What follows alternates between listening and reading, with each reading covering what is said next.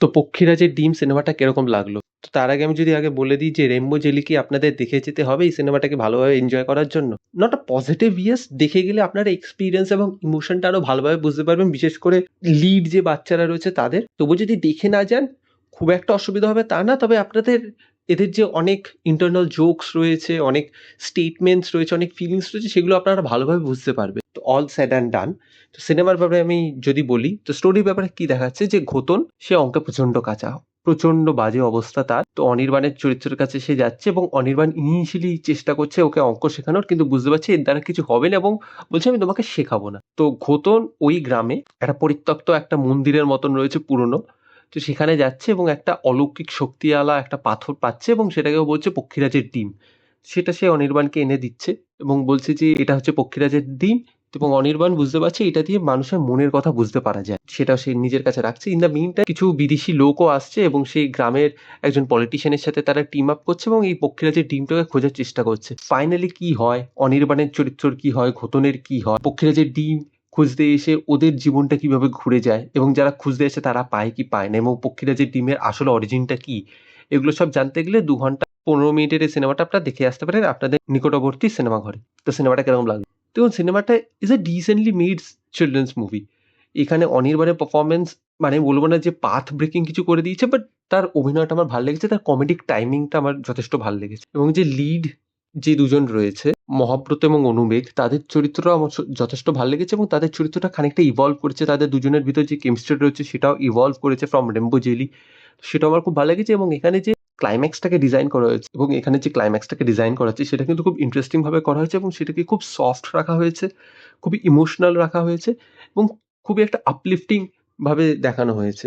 তো ডিরেক্টরের এই যে সৌকর্ণ ঘোষালের যে ট্রিটমেন্টটা রয়েছে ক্লাইম্যাক্সটাকে, যে সেটা যেভাবে প্রোডাকশন ডিজাইন বলুন, ইমোশনালি যেভাবে স্টেজ করেছে সেটা কিন্তু খুব ভালো, এবং সেই জন্য আপনাকে একটা পজিটিভ নোটে এটা ছাড়তে পারে। সেই জন্য অন্যান্য যে নেগেটিভ সাইডগুলো রয়েছে সিনেমাটা, সেইগুলো তেমনিভাবে আপনাকে এফেক্ট করতে পারে। এবং এখানে যে বাচ্চাদের কেমিস্ট্রিটা রয়েছে, যে দুজন লিড রয়েছে তাদের কিন্তু খুব ভালোভাবে দেখানো হয়েছে।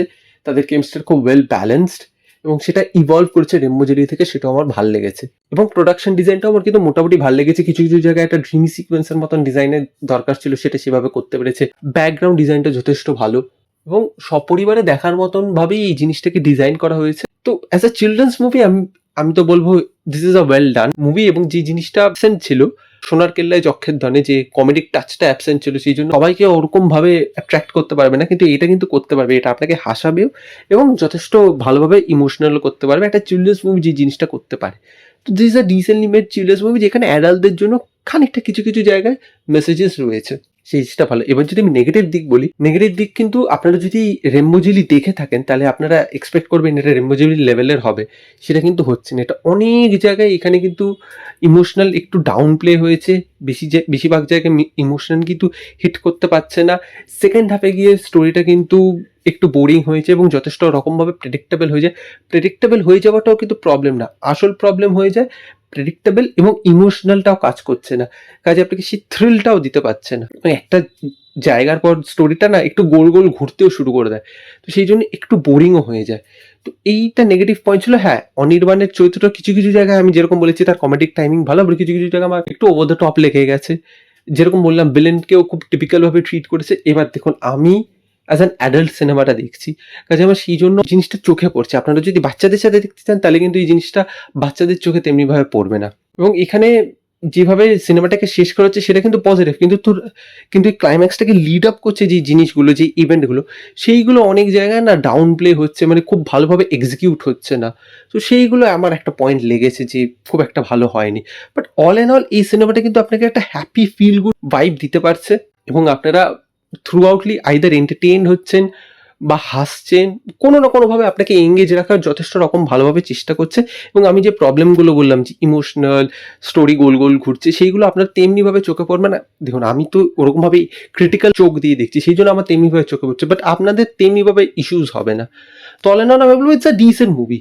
আমি বলবো না এক্সট্রাঅর্ডিনারি কিছু হয়ে গেছে। As a children's movie it's a well made cinema, but আপনারা যদি নিউট্রাল অডিয়েন্স হিসেবে দেখেন তাহলে বলবো this is a decently made movie.